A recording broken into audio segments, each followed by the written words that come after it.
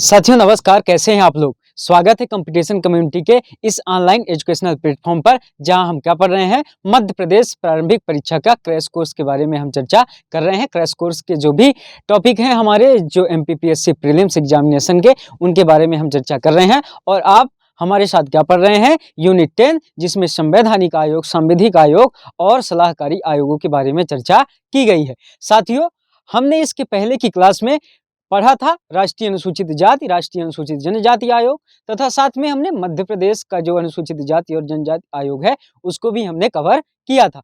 आज हम उसी के एमसीक्यू के तहत ये चर्चा करेंगे। ये हम देखेंगे कि जो हमने क्लास में पढ़ा वो चीज़ें कितनी हमको याद हैं, और एमसीक्यू के तहत ये समझेंगे कि एग्जाम में कैसे क्वेश्चन पूछे जाते हैं, एग्जाम में क्वेश्चन पूछने का आयाम क्या होता है। तो आइए आज हम एमसीक्यू के जरिए इनको कवर करेंगे और पढ़ेंगे। तो साथियों, आज हम पढ़ेंगे राष्ट्रीय अनुसूचित जाति एवं जनजाति आयोग तथा मध्य प्रदेश राज्य अनुसूचित जाति एवं जनजाति आयोग। इनके जो महत्वपूर्ण और आपके एग्जाम के लिए संभावित प्रकार के वस्तुनिष्ठ प्रश्न है, प्रीलिम्स के पॉइंट ऑफ व्यू से महत्वपूर्ण है तथा ऐसे क्वेश्चंस एग्जाम में पूछे जा सकते हैं, उनके बारे में हम चर्चा करेंगे। तो आइए आज का हम पहला प्रश्न देखते हैं। पहला प्रश्न हमारा क्या है? तो पहला प्रश्न ये है कि राष्ट्रीय अनुसूचित जाति आयोग का संबंध किस अनुच्छेद से है? अनुसूचित साथियों अनि है, ये प्रिंटिंग मिस्टेक है, आप इसको ठीक कर लीजिएगा। तो पहला क्वेश्चन आपसे पूछ रहा है कि राष्ट्रीय अनुसूचित जाति आयोग का संबंध किस अनुच्छेद से है। आइए हम देखते हैं। ऑप्शन ए कहता है अनुच्छेद 338, ऑप्शन बी कहता है अनुच्छेद 338 ए, और ऑप्शन सी कहता है अनुच्छेद 339, और डी कहता है अनुच्छेद 338 बी।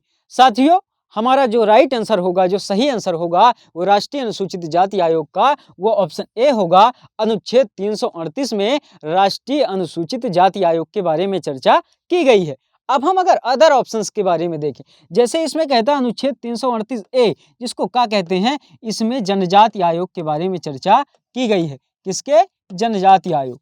अगर इसी तरह हम देखें अनुच्छेद 338 बी, तो इसमें ओबीसी आयोग, अन्य पिछड़ा वर्ग आयोग के बारे में चर्चा की गई है।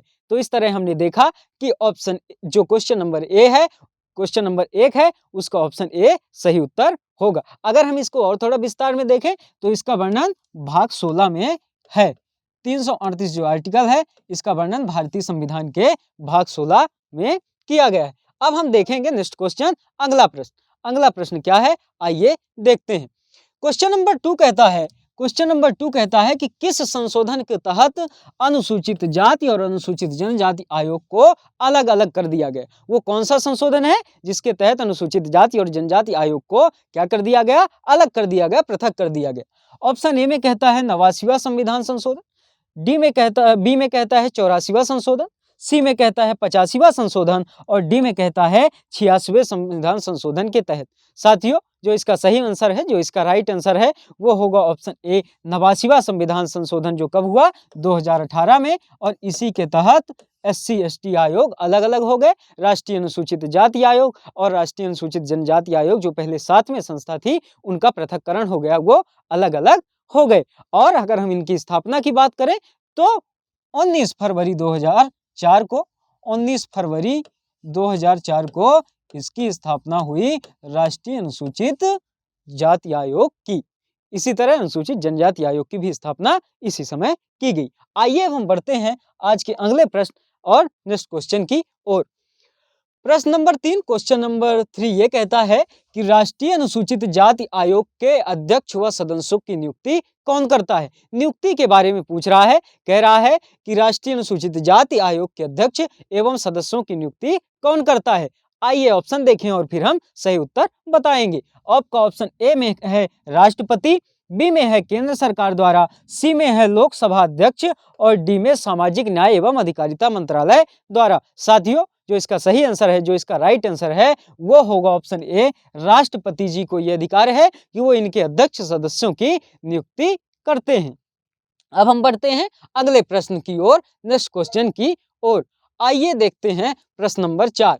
क्वेश्चन नंबर 4 ये कहता है कि राष्ट्रीय अनुसूचित जाति आयोग की संरचना है। राष्ट्रीय अनुसूचित जाति आयोग की संरचना कैसी है उसके बारे में क्वेश्चन पूछ रहा है। आपके ऑप्शन ए में कहता है कि एक अध्यक्ष, एक उपाध्यक्ष एवं 5 अन्य सदस्य। बी में कहता है एक अध्यक्ष, एक उपाध्यक्ष, 4 अन्य सदस्य। और सी में कहता है एक अध्यक्ष व 2 उपाध्यक्ष एवं 5 अन्य सदस्य। और आपके ऑप्शन डी में कहता है एक अध्यक्ष, एक उपाध्यक्ष एवं 3 अन्य सदस्य होते हैं। साथियों, जो इसका सही आंसर है, जो इसका राइट आंसर है, अभी तक आप इसका पता कर पाए होंगे, पता कर चुके होंगे। ऑप्शन डी जो इसका है वो राइट आंसर है, क्योंकि हम जानते हैं कि एक अध्यक्ष, एक उपाध्यक्ष एवं 3 अन्य सदस्य होते हैं। इस प्रकार ये कुल मिला के एक 5 सदस्यीय निकाय है। और अगर 5 सदस्यीय है तो हम इसे बहुसदस्यीय निकाय भी कह सकते हैं, क्योंकि आपके एग्जाम में कई बार क्वेश्चन ऐसे पूछे जाते हैं। आपसे पूछा जाएगा कि अनुसूचित जाति आयोग कैसा निकाय है, एक सदस्यीय या बहुसदस्यीय, तो आप बताएंगे कि अनुसूचित जाति आयोग जो है, राष्ट्रीय अनुसूचित जाति आयोग, वो बहुसदस्यीय निकाय है। इसमें कुल मिला के 5 सदस्य होते हैं, जिनमें एक अध्यक्ष, एक उपाध्यक्ष एवं 3 अन्य सदस्य होते हैं। आइए अब हम बढ़ते हैं आज के अगले प्रश्न की ओर। प्रश्न number 5, question number 5। Question number 5 कहता है कि राष्ट्रीय अनुसूचित जाति आयोग के अध्यक्ष व सदस्यों के वेतन भत्ते किसके समान होते हैं? जो राष्ट्रीय अनुसूचित जाति आयोग के अध्यक्ष व सदस्यों को वेतन भत्ते दिए जाते हैं वो किसके समान होते हैं? आइए ऑप्शन देखें और फिर उत्तर बताएंगे। ए में कहता है कि निर्वाचन आयोग, बी में कहता है उच्चतम न्यायालय के न्यायाधीश, सी में कहता है भारत सरकार के सचिव, और डी कहता है भारत के सीएजी, भारत के नियंत्रक एवं महालेखा परीक्षक। साथियों, जो इसका सही आंसर है, जो इसका राइट आंसर है, जब हमने क्लास में पढ़ा था, जब हमने डिटेल क्लास में चर्चा करी थी, उस समय हमने इनके बारे में चर्चा की थी। इनका जो वेतन भत्ते होते हैं वो होते हैं भारत सरकार के सचिव के समान। जो भारत सरकार के सचिवों को वेतन भत्ते दिए जाते हैं वही इनके अध्यक्ष सदस्य हों चाहे उपाध्यक्ष हों, उनको भी इसी प्रकार का प्रावधान है, और वो प्रावधान भारत सरकार के सचिव के समान है। इसलिए क्वेश्चन नंबर 5 का ऑप्शन सी सही उत्तर होगा। अब हम बढ़ते हैं अगले प्रश्न की ओर, और प्रश्न नंबर 6 देखते हैं। प्रश्न नंबर 6, क्वेश्चन नंबर 6 कहता है कि राष्ट्रीय अनुसूचित जाति आयोग के अध्यक्ष एवं सदस्यों का कार्यकाल कितने वर्ष का होता है? कार्यकाल के बारे में पूछ रहा है कि कितना कार्यकाल इनका होता है, किसका? राष्ट्रीय आयोग के अध्यक्ष एवं सदस्यों का। तो ऑप्शंस में हम देख के और सही उत्तर बताएंगे। ऑप्शन ए कहता है 5 वर्ष, बी कहता है 6 वर्ष, सी कहता है 3 वर्ष, और डी कहता है 4 वर्ष। साथियों, जो इसका सही उत्तर होगा, जो इसका राइट आंसर होगा, वो ऑप्शन सी होगा, क्योंकि इनका जो कार्यकाल होता है वो 3 वर्षों का होता है। अब हम आगे बढ़ते हैं अगले प्रश्न की ओर, और अगला प्रश्न देखते हैं। प्रश्न number 7, question number 7। Question number 7 में यह कहा गया है कि राष्ट्रीय अनुसूचित जाति आयोग के अध्यक्ष का दर्जा प्राप्त है। अध्यक्ष का जो दर्जा होता है वो किसके समान होता है, इसके बारे में पूछा गया है। जब भी आप क्वेश्चन सॉल्व करें साथियों, जो की पॉइंट है आप उनको अंडरलाइन करें और आप समझें, क्योंकि कई बार हम अध्यक्ष लिखा है, आप यहाँ कई बार सदस्य सोच के और आंसर देते हैं, इसलिए कई बार ऐसी मिस्टेक हो जाती हैं, गलतियां हो जाती हैं। जब भी हम क्वेश्चन सॉल्व करें उस समय जो की पॉइंट है उनको अंडरलाइन कर लें। जैसे कई बार क्वेश्चन में आता है कि इनमें से कौन सा नहीं है, और आप है मान के उत्तर लगा देते हैं, और फिर उसका खामियाजा हमें एग्जाम में भुगतना पड़ता है। तो ये जो एमसीक्यू की सीरीज लाई गई है, जो ऐसी प्रैक्टिस कराए जा रहे हैं आपको, तो इनसे ये तो पता चलता है कि एग्जाम में कैसे क्वेश्चन आएंगे, साथ में ऐसी गलतियों को सुधार करने का भी एक अवसर होता है। तो बहरहाल अब हम क्वेश्चन नंबर 7 का ऑप्शन देखेंगे और आंसर देंगे। किसके समान दर्जा प्राप्त है? ए में कहता है केंद्रीय कैबिनेट मंत्री, बी में कहता है केंद्रीय राज्य मंत्री, और सी में कहता है भारत सरकार के सचिव। साथियों, डी में कहता है इनमें से कोई नहीं। जो इनका दर्जा है, जो इनका समानता है, वो ऑप्शन ए अध्यक्ष केंद्रीय कैबिनेट मंत्री के समान दर्जा प्राप्त व्यक्ति होता है। जो भी अध्यक्ष बनता है उसका दर्जा कैसा होता है, उसकी पोस्ट किसके समान होती है, तो केंद्रीय कैबिनेट मंत्री के समान होती है। ऑप्शन ए सही आंसर है क्वेश्चन नंबर 7 का। अब हम आगे बढ़ते हैं और आगे देखते हैं अगला प्रश्न, क्वेश्चन नंबर 9। क्वेश्चन नंबर 9 ये कहता है कि राष्ट्रीय अनुसूचित जाति आयोग के कर्तव्य का वर्णन किस अनुच्छेद में है? राष्ट्रीय अनुसूचित जाति आयोग के कर्तव्य का वर्णन भारतीय संविधान के किस आर्टिकल में किया गया है, इसके बारे में क्वेश्चन पूछ रहा है। आपके ऑप्शन ए में कहता है अनुच्छेद 338 का सब आर्टिकल 5, बी में कहता है अनुच्छेद 338 का सब आर्टिकल 10, सी में कहता है अनुच्छेद 338 का सब आर्टिकल 4 और डी में कहता है अनुच्छेद 338 का सब आर्टिकल 6। जो इसका सही आंसर है, जो इसका राइट आंसर है साथियों, वो ऑप्शन ए होगा। अनुच्छेद 338 का सब आर्टिकल 5 में किसके बारे में, इनके कर्तव्य और कार्यों के बारे में बात की गई है। अगर हम अदर ऑप्शन के बारे में चर्चा करें, अनुच्छेद 338 में कहा गया है कि एंग्लो इंडियन के लिए भी आयोग समान रूप से कार्य करेगा। अनुच्छेद 338(4) में कहा गया है कि ये अपनी कार्यवाही स्वविनियमित करने के लिए इसको अधिकार अनुच्छेद 338(4) के तहत है। और अगर हम 6 के तहत देखें तो राष्ट्रपति रिपोर्ट सदन में पेश करेगा, इसके बारे में बात की गई है। आइए अब हम आगे बढ़ते हैं नेक्स्ट क्वेश्चन की ओर और अगला प्रश्न देखते हैं।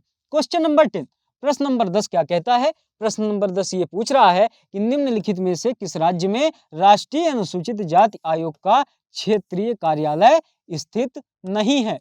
आपसे क्या पूछ रहा है कि ऐसा कौन सा राज्य है जहां राष्ट्रीय अनुसूचित जाति आयोग का क्षेत्रीय कार्यालय नहीं है? ऑप्शन देखें और सही उत्तर बताएं।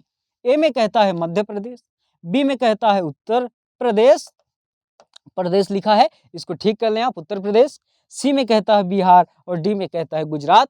साथियों, जो इसका सही उत्तर होगा, जो इसका राइट आंसर होगा, वो होगा ऑप्शन ए मध्य प्रदेश में, क्योंकि राष्ट्रीय अनुसूचित जाति आयोग का क्षेत्रीय कार्यालय नहीं है। इसका जो राइट आंसर होगा ऑप्शन ए होगा। अब हम आगे बढ़ते हैं अगले प्रश्न की ओर और अगला प्रश्न देखते हैं। क्वेश्चन नंबर 11, प्रश्न नंबर 11, प्रश्न नंबर 11 क्या कहता है? प्रश्न नंबर 11 कहता है कि राष्ट्रीय अनुसूचित जाति आयोग के संदर्भ में असत्य कथन बताएं। आप जो कथन सही नहीं है उसके बारे में बताएं। इन ऑप्शन में से ऐसा कौन सा कथन है जो सही नहीं है, उसके बारे में क्वेश्चन आपसे पूछ रहा है। आपके ऑप्शन ए में कहता है आयोग अनुसूचित जातियों पर होने वाले अत्याचार या उत्पीड़न के मामलों में स्वतः संज्ञान से कार्रवाई कर सकता है। बी में कहता है आयोग आंग्ल भारतीय समुदाय के संवैधानिक संरक्षण एवं अन्य विधिक संरक्षण से संबंध में जांच करेगा। आपके ऑप्शन सी में कहता है कि आयोग को किसी मामले या शिकायत की जांच के संदर्भ में सिविल न्यायालय की शक्ति प्राप्त है। और आपके ऑप्शन डी में कहता है कि आयोग एक गैर संवैधानिक बहुसदस्यीय निकाय है। साथियों, जो इनके ऊपर के तीनों कथन हैं, चाहे कथन ए के बारे में बात करें, कथन बी के बारे में बात करें और कथन सी के बारे में बात करें, ये तीनों कथन बिल्कुल सही हैं। और आपका जो कथन डी है ये गलत है और आपके क्वेश्चन में गलत कथन के बारे में ही पूछा जा रहा है। इसलिए अगर हम देखें क्वेश्चन नंबर 11 का जो सही उत्तर होगा वो होगा ऑप्शन डी। अब ये क्यों सही होगा? इस कथन में ऐसी क्या गलती है, तो हम उसको देख लेते हैं। आयोग एक यहाँ लिखा हुआ है गैर संवैधानिक निकाय है। साथियों, आयोग गैर संवैधानिक निकाय नहीं है। जो हमारा राष्ट्रीय अनुसूचित जाति आयोग है वो एक संवैधानिक निकाय है। और संवैधानिक निकाय क्यों है आप जानते हैं, इसका भारतीय संविधान के भाग 16 के आर्टिकल 338 में वर्णन है। तो ये एक प्रकार का गलत कथन यहाँ कहा गया है और गलत कथन के बारे में ही क्वेश्चन पूछ रहा है, इसलिए इस क्वेश्चन का राइट आंसर ऑप्शन डी होगा। अब हम बढ़ते हैं अगले प्रश्न की ओर और क्वेश्चन नंबर 12 क्या कहता है कि मध्य प्रदेश राज्य अनुसूचित जाति आयोग की स्थापना कब की गई? साथियों, हम ऑप्शन देखेंगे और राइट आंसर बताएंगे। आपके ऑप्शन ए में कहता है 29 जून 1993, बी में कहता है 29 जून 1995, सी में कहता है 19 जून 1993 और डी में कहता है 19 जून 1995। साथियों, जो इसका सही आंसर है, जो इसका राइट आंसर है वो क्या होगा? ऑप्शन बी 29 जून 1995 को स्थापना की गई मध्य प्रदेश राज्य अनुसूचित जाति आयोग की। अब हम बढ़ते हैं आज के अगले प्रश्न की ओर और क्वेश्चन नंबर 13, प्रश्न नंबर 13 देखते हैं। प्रश्न नंबर 13 कह रहा है मध्य प्रदेश राज्य अनुसूचित जाति आयोग का पदेन सदस्य होता है। मतलब पदेन सदस्य कौन होता है? मध्य प्रदेश का जो राज्य अनुसूचित जाति आयोग है इसका पदेन अध्यक्ष कौन होता है? आपके ऑप्शन ए में कहता है अनुसूचित जाति विकास आयोग के आयुक्त, बी में कहता है विधानसभा में विपक्ष का नेता और सी में कहता है आदिम जाति कल्याण विभाग का अध्यक्ष और डी में कहता है मुख्य सचिव। साथियों, जो इसका सही आंसर है, जो इसका राइट आंसर है ऑप्शन ए होगा अनुसूचित जाति विकास आयोग के आयुक्त ही इसके पदेन सदस्य होते हैं? राज्य अनुसूचित जाति आयोग, मध्य प्रदेश राज्य अनुसूचित जाति आयोग की। अब हम बढ़ते हैं अगले प्रश्न की ओर। क्वेश्चन नंबर 14, प्रश्न नंबर 14 क्या कहता है? प्रश्न नंबर 14 कहता है कि मध्य प्रदेश राज्य अनुसूचित जाति आयोग की स्थापना किस अधिनियम के तहत की गई? इसकी स्थापना किस अधिनियम के तहत की गई? कह रहा है मध्य प्रदेश राज्य अनुसूचित जाति आयोग अधिनियम 1995। बी में कहता है मध्य प्रदेश राज्य अनुसूचित जाति आयोग अधिनियम 1999। सी में कहता है मध्य प्रदेश राज्य अनुसूचित जाति आयोग अधिनियम 1998 और डी में कहता है मध्य प्रदेश राज्य अनुसूचित जाति आयोग अधिनियम 1997। जो इसका सही उत्तर है, जो इसका राइट आंसर है वो ऑप्शन ए होगा, क्योंकि मध्य प्रदेश का जो राज्य अनुसूचित जाति आयोग है वो इसी अधिनियम के तहत लाया गया। किस अधिनियम के तहत? जो अधिनियम आया 1995 में। इसलिए क्वेश्चन नंबर 14 का जो राइट आंसर है, जो सही उत्तर है वो ऑप्शन ए होगा। अब हम बढ़ते हैं अगले प्रश्न की ओर। Next question, question number 15। Question number 15 ये कहता है कि मध्य प्रदेश का जो अनुसूचित जाति आयोग के अध्यक्ष एवं सदस्यों की नियुक्ति कौन करता है? जो मध्य प्रदेश का राज्य अनुसूचित जाति आयोग है वहां जो अध्यक्ष सदस्य होते हैं उनकी नियुक्ति आखिरकार कौन करता है? ए में कहता है राज्यपाल, बी ऑप्शन में कहता है राष्ट्रपति, सी में कहता है राज्य सरकार और डी में कहता है केंद्र सरकार। तो जो इसका सही उत्तर है, जो इसका राइट आंसर है, क्योंकि हमने क्लास में इसके बारे में विस्तार से चर्चा करी थी, इसलिए ये आप क्वेश्चन कर पा रहे होंगे, मैं ऐसी उम्मीद करता हूं, और आप कर ही पा रहे होंगे क्योंकि आपकी प्रैक्टिस है। इसका ऑप्शन सी होगा, राज्य सरकार इसका सही उत्तर होगा। राज्य सरकार ही अध्यक्ष एवं सदस्यों की नियुक्ति करती है। अध्यक्ष और सदस्यों की नियुक्ति का काम कौन करता है? संबंधित राज्य का राज्य सरकार। आइए अगला क्वेश्चन देखते हैं। नेक्स्ट क्वेश्चन, प्रश्न नंबर 16।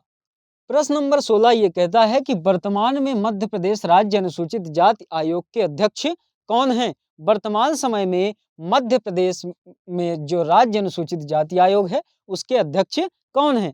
आपके ऑप्शन ए में है आनंद अहिरवार, बी में कहता है रामशंकर कठेरिया, सी में कहता है विजय सांपला और डी में कहता है भूपेंद्र सिंह आर्य। साथियों, जो इसका सही आंसर है, जो इसका राइट आंसर है, ऑप्शन डी होगा। भूपेंद्र सिंह आर्य जी को क्या बनाया गया है?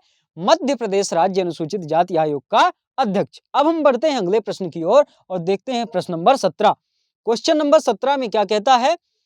क्वेश्चन नंबर 17 ये कहता है कि अनुच्छेद 338 2 के अंतर्गत वर्णित है। क्या वर्णन किया गया है?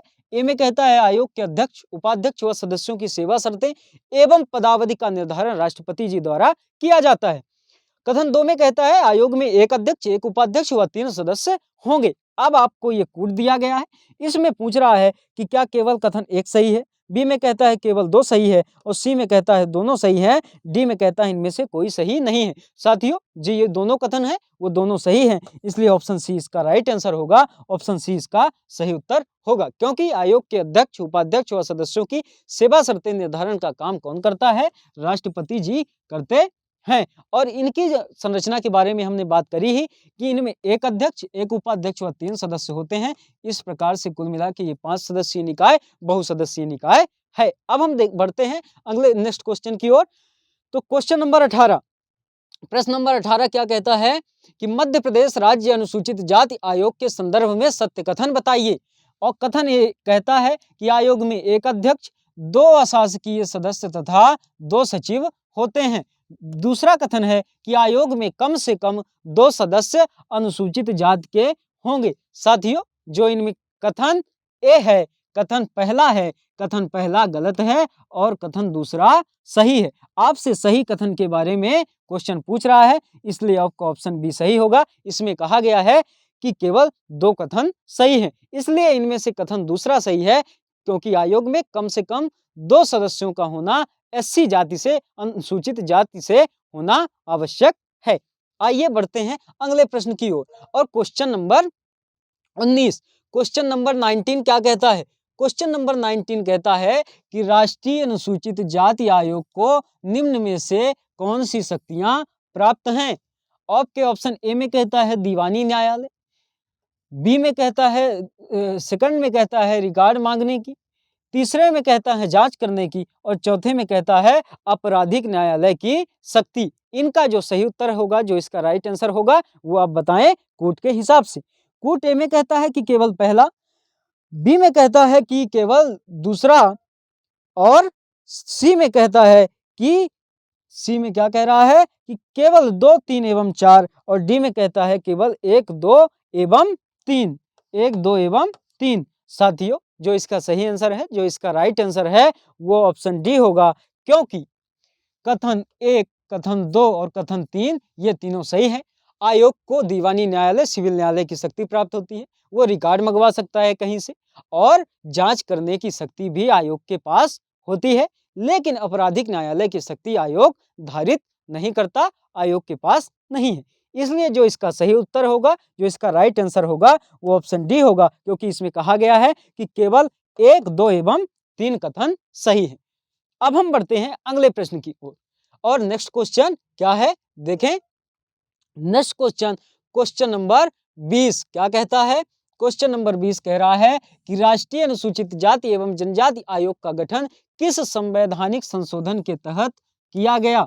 वो कौन सा संविधान संशोधन हुआ जिसके तहत राष्ट्रीय अनुसूचित जाति एवं जनजाति आयोग को एक संवैधानिक दर्जा प्राप्त हुआ?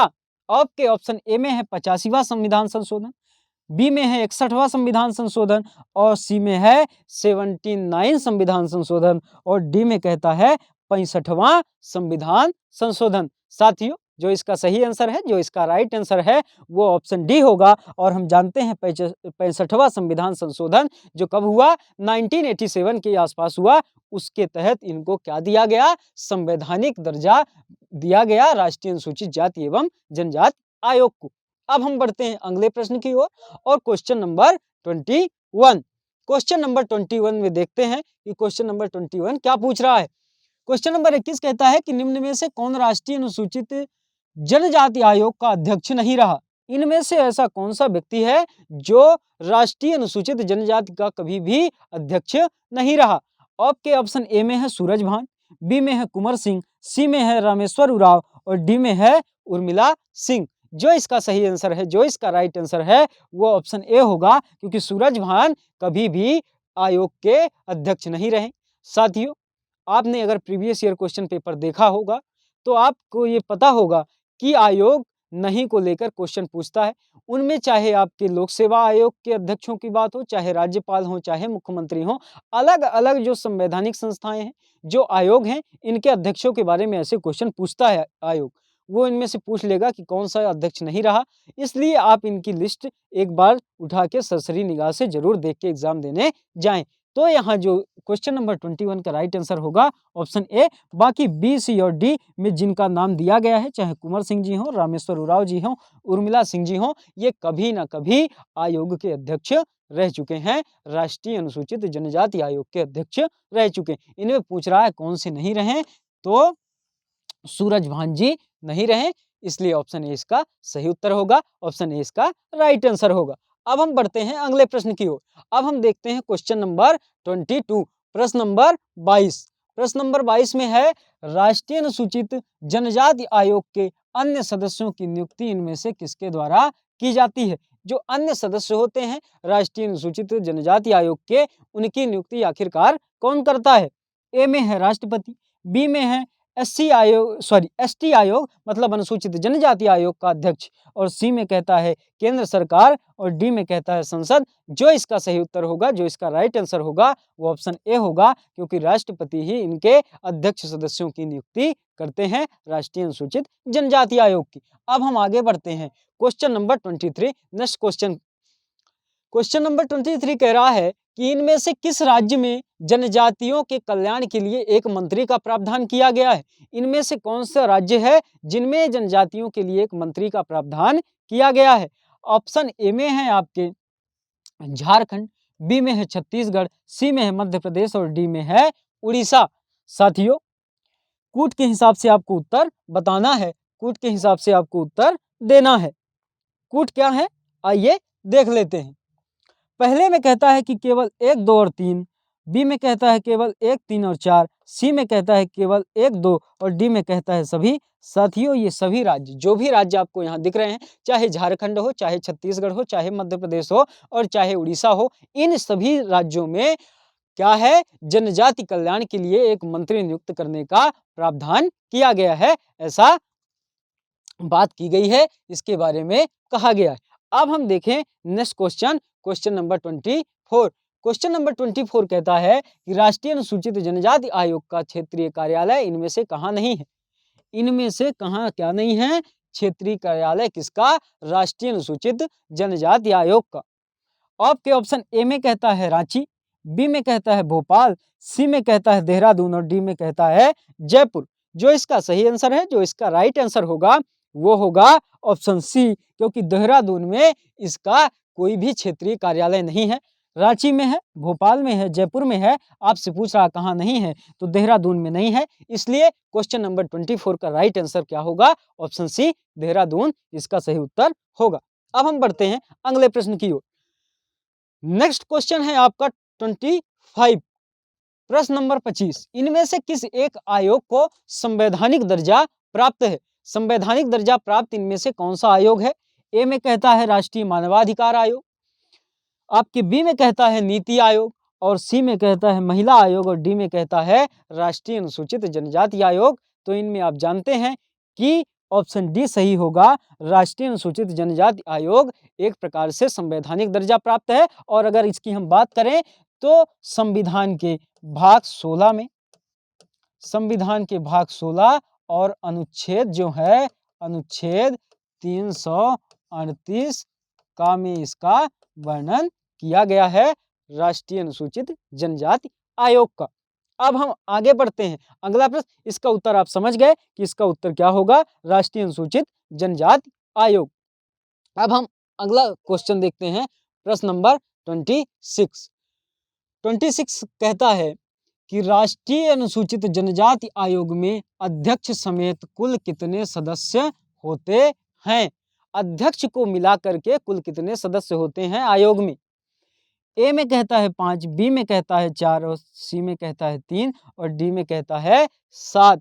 साथियों, जो इसका सही उत्तर होगा, राष्ट्रीय अनुसूचित जनजाति आयोग में अध्यक्ष समेत कुल कितने सदस्य होते हैं, तो वो 5 सदस्य होते हैं। इनमें एक अध्यक्ष, इनमें एक अध्यक्ष, एक उपाध्यक्ष, एक उपाध्यक्ष और 3 अन्य सदस्य होते हैं।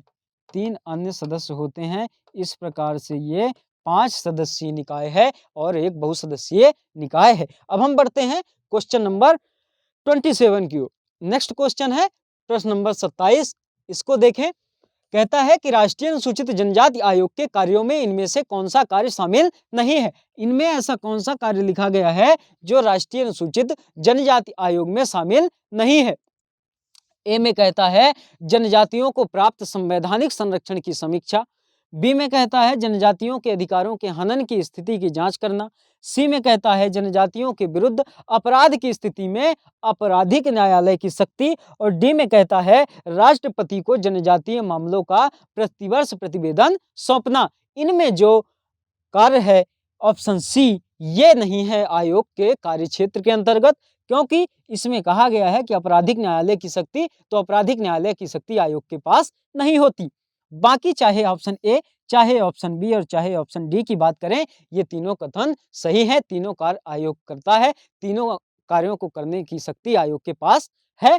इनमें कौन सा कार्य शामिल नहीं है, तो ऑप्शन सी इसका सही उत्तर होगा, ऑप्शन सी इसका राइट आंसर होगा। अब हम बढ़ते हैं अगले प्रश्न की ओर और देखते हैं क्वेश्चन नंबर 28। क्वेश्चन नंबर 28 में क्या कह रहा है कि मध्य प्रदेश राज्य अनुसूचित जनजाति आयोग अधिनियम किस वर्ष पारित किया गया। कौन, मध्य प्रदेश राज्य अनुसूचित जनजाति आयोग अधिनियम कब पारित किया गया। आपके ऑप्शन है 1993, बी में है 1995, सी में है 2000 और डी में है 2007। जो इसका सही उत्तर होगा, जो इसका राइट आंसर होगा, ये एक साधारण सा प्रश्न है, अभी तक में आप इसका आंसर जरूर अपने दिमाग में बैठा लिए होंगे। ऑप्शन बी इसका सही उत्तर होगा। 1995 में क्या किया गया, मध्य प्रदेश राज्य अनुसूचित जनजाति आयोग अधिनियम पारित किया गया और इसी के तहत फिर अनुसूचित जनजाति आयोग की स्थापना की गई थी। और वो कब हुआ, 1995 में। अब देखते हैं अगला प्रश्न, क्वेश्चन नंबर 29। क्वेश्चन नंबर 29 कहता है, प्रश्न नंबर 29 कहता है कि मध्य प्रदेश राज्य अनुसूचित जनजाति आयोग के अध्यक्ष एवं सदस्यों की पदावधि कितनी होती है। इनका कार्यकाल के बारे में कह रहा है क्वेश्चन कि इनका कार्यकाल कितना होता है। ए में है 2 वर्ष, बी में है 3 वर्ष और सी में है 5 वर्ष और डी में कहता है कि निर्धारित नहीं है। लेकिन साथियों ये निर्धारित कार्यकाल है, 3 वर्ष का इनका कार्यकाल होता है। राष्ट्रीय अनुसूचित जनजाति आयोग के अध्यक्ष की बात करें चाहे सदस्य की बात करें। अब हम देखेंगे अगला प्रश्न, क्वेश्चन नंबर 30, प्रश्न नंबर 30, प्रश्न नंबर 30। मध्य प्रदेश राज्य अनुसूचित जनजाति आयोग को इनमें से कौन सी शक्ति प्राप्त नहीं है। इनमें से कौन सी शक्ति मध्य प्रदेश राज्य अनुसूचित जनजाति आयोग को प्राप्त नहीं है, क्वेश्चन उसके बारे में पूछ रहा है। ए में कहता है सिविल न्यायालय, बी में कहता है व्यक्ति को समन जारी करना और सी में कहता है दस्तावेज को प्रस्तुत करना और डी में कहता है दंडात्मक कार्रवाई करना। साथियों आयोग के पास दंडात्मक कार्रवाई करने के लिए दंड देने की शक्ति नहीं है। बाकी जो ये तीनों कथन सही है। आपसे ये पूछ रहा है कि इनमें कौन सी शक्ति प्राप्त नहीं है, तो आप बताएंगे ऑप्शन डी इसका सही उत्तर है, दंडात्मक कार्रवाई करने की शक्ति आयोग के पास नहीं है। अब हम बढ़ते हैं अगले प्रश्न की ओर और नेक्स्ट क्वेश्चन देखते हैं। प्रश्न नंबर 31, क्वेश्चन नंबर 31 कहता है मध्य प्रदेश राज्य अनुसूचित जाति आयोग को मध्य प्रदेश के गजट में कब प्रकाशित किया गया। कब प्रकाशित हुआ उसके बारे में क्वेश्चन पूछ रहा है। ए में कहता है 24 मई 1995, बी में कहता है 24 जून 1995 और सी में कहता है 29 जून 1995 और डी में कहता है 29 मई 1995। जो इसका सही उत्तर होगा साथियों, जो इसका राइट आंसर होगा, आप जानते हैं कि 29 जून 1995 को क्या हुआ, ये गजट में मध्य प्रदेश के पारित हुआ, मध्य प्रदेश राज्य अनुसूचित जाति आयोग।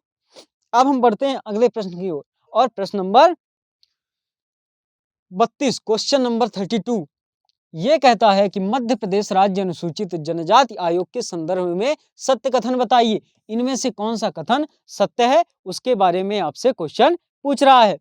ए में कहता है आयोग के अध्यक्ष व सदस्यों की वेतन भत्ते तथा सेवा शर्तों का निर्धारण राज्य सरकार करती है, ठीक बात है। दूसरे में कहता है आयोग अपना वार्षिक प्रतिवेदन राज्यपाल को देता है। साथियों ये कथन सही नहीं है, ये कथन गलत है।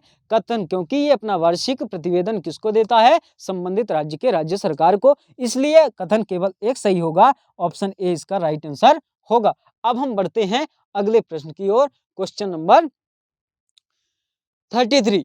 क्वेश्चन नंबर 33 कहता है कि राष्ट्रीय अनुसूचित जनजाति के क्षेत्रीय कार्यालय के रूप में कौन सुमेलित नहीं है। इनमें से जो सुमेल दिए गए हैं इनमें से कौन सा गलत है उसके बारे में क्वेश्चन आपसे पूछ रहा है। अनुसूचित किसका, जनजाति के क्षेत्रीय कार्यालयों से संबंधित। आपके ऑप्शन ए में है मध्य प्रदेश मंडला, बी में कहता है उड़ीसा भुवनेश्वर, सी में कहता है मेघालय शिलांग और डी में कहता है राजस्थान जयपुर। साथियों जो इसका ऑप्शन ए है यही गलत है, क्योंकि मध्य प्रदेश का जो जनजाति का क्षेत्रीय कार्यालय है वो कहाँ है, वो वर्तमान में भोपाल में है और यहाँ मंडला लिखा हुआ है। आपसे गलत सुमेलित के बारे में पूछ रहा था, तो ऑप्शन ए इसका सही उत्तर होगा। बाकी ये तीनों सुमेलित हैं, चाहे उड़ीसा भुवनेश्वर की बात करें, मेघालय शिलांग की बात करें और राजस्थान जयपुर की बात करें, इनके जो अनुसूचित जनजातियों के क्षेत्रीय कार्यालय हैं वो यही हैं। और मध्य प्रदेश का जो क्षेत्रीय कार्यालय है अनुसूचित जनजाति आयोग का, वो वर्तमान में भोपाल में है, राजधानी भोपाल में है, मध्य प्रदेश की राजधानी में है। अब हम बढ़ते हैं अगले क्वेश्चन की ओर और प्रश्न नंबर 34। क्वेश्चन नंबर 34 कहता है कि राष्ट्रीय अनुसूचित जनजाति आयोग के अध्यक्ष एवं सदस्यों को अधिकतम कितने बार तक नियुक्त किया जा सकता है। मतलब कि अगर कोई व्यक्ति अभी कार्यकाल में है तो क्या उसे दोबारा भी नियुक्त किया जा सकता है, अगर हाँ नियुक्त किया जा सकता है तो कितनी बार नियुक्त किया जा सकता है उसके बारे में क्वेश्चन पूछ रहा है। आपके ऑप्शन में है केवल एक बार, बी में है केवल 2 और सी में है केवल 3 और डी में कहता है कितनी भी बार नियुक्त किया जा सकता है। जो इसका सही उत्तर होगा, जो इसका राइट आंसर होगा, ऑप्शन बी होगा, क्योंकि आयोग के चाहे अध्यक्ष हों चाहे सदस्य हों, इनको अपने कार्यकाल में जो वर्तमान में अगर हम एग्जाम्पल के तौर पर देखें कि अगर कोई अभी कार्यकाल में है तो वो एक बार और नियुक्त हो सकता है, बाकी 2 बार से ज्यादा नियुक्त नहीं हो सकता कोई भी अध्यक्ष या सदस्य। इसलिए 34 का ऑप्शन बी सही आंसर होगा और इसमें केवल 2 बार की ही नियुक्ति का प्रावधान है। अब हम बढ़ते हैं अगले प्रश्न की ओर। अब देखते हैं हम क्वेश्चन नंबर 35 आज का और इस टॉपिक का अंतिम प्रश्न यही है। अब इसमें क्या है, मध्य प्रदेश सरकार में जनजातीय मंत्री कौन है, इसके बारे में आपसे क्वेश्चन पूछा गया और हमने बताया कि जनजातीय मंत्रियों के लिए मध्य प्रदेश सरकार में भी ये प्रावधान है। मध्य प्रदेश के लिए भी ये कहा गया है कि यहाँ एक अनिवार्य रूप से जनजातीय मंत्री की नियुक्ति होगी। तो वर्तमान में जनजातीय मंत्री कौन है? ए में अगर बात करें तो इमरती देवी, बी में कहता है रामबाई, सी में कहता है मीना सिंह और डी में कहता है ओमकार सिंह मरकाम। साथियों, जो इसका सही आंसर है, जो इसका राइट आंसर है, वो ऑप्शन सी होगा, सुश्री मीना सिंह जी। सुश्री मीना सिंह जी क्या है, इस समय जनजातीय कल्याण मंत्री हैं मध्य प्रदेश की सरकार में। मध्य प्रदेश सरकार की जनजातीय मंत्री कौन है? मीना सिंह जी, और ये मानपुर से शायद विधायक हैं। आप एक बार इनके विधानसभा के बारे में चेक कर लीजिएगा फैक्ट। जहां तक मुझे याद है मानपुर ही इनका विधानसभा क्षेत्र है।